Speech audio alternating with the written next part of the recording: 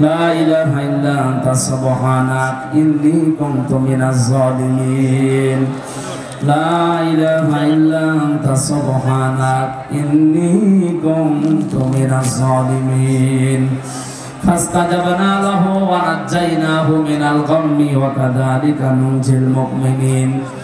রব্বুল আলামিন প্রচন্ড গরমে ঠাকুরগাঁও রানী শঙ্কর থানার এই বনগাঁও যুব সমাজ কর্তৃক আয়োজিত তাফসীর মাহফিলে গভীর রজনী, এখন প্রায় রাত 12টা বেজে গেল। এত রাত পর্যন্ত জান্নাতুল ফেরদাউসের অধিকারী হওয়ার যে যোগ্যতা গুলো তুমি দিয়েছো, আমরা শুনছিলাম, জীবনে মেনে নেওয়ার জন্য আমাদের মানার তৌফিক দিয়ে দাও।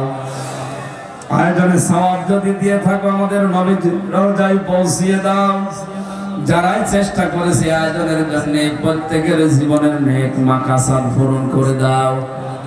তোমার যে বান্দাগুলো মানুষের খেদমত করবে বলে আকাঙ্ক্ষা পেশ করেছে, বিশেষ করে সাইদুল হক, আহমেদ হোসেন, আব্দুল কাদের, সোহেল রানা সহ, বাবর আলী ভাই সহ, মোসাম্মেল হক সহ যত মানুষ নিজেদেরকে জনগণের খাদেম বানাবে বলে আকাঙ্ক্ষা দিয়েছে, তোমার ইলমে যার প্রতি জানা আছে যে তার দ্বারা তোমার ইসলামের জনগণের কাজ হবে, আল্লাহ তুমি তাকে মালা পরিয়ে দিও।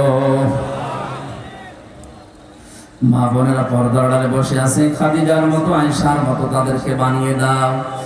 আমাদের সবাইকে তুমি রোগ শোক থেকে হেফাজতে রাখো আল্লাহ।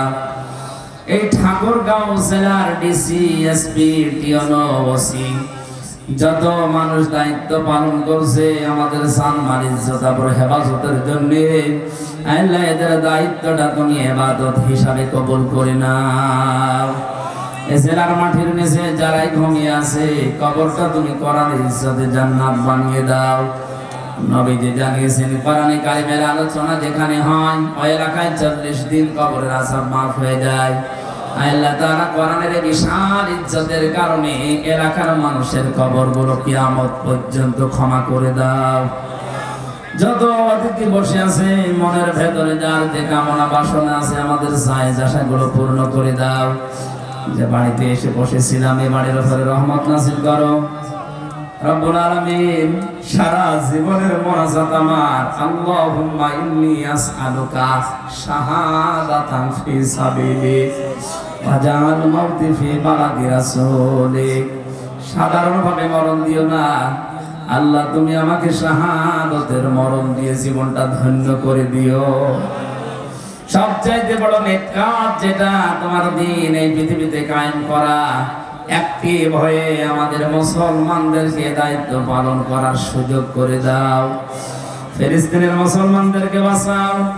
বাংলাদেশ শান্ত করার জন্য যারা সূক্ষ্মভাবে ষড়যন্ত্র করছে এদেরকে তুমি জাতির সামনে ন্যাংটা করে দাও। এ দেশটাকে তুমি শান্তি, স্বস্তি, নিরাপত্তা দিয়ে ভরে রাখো আল্লাহ।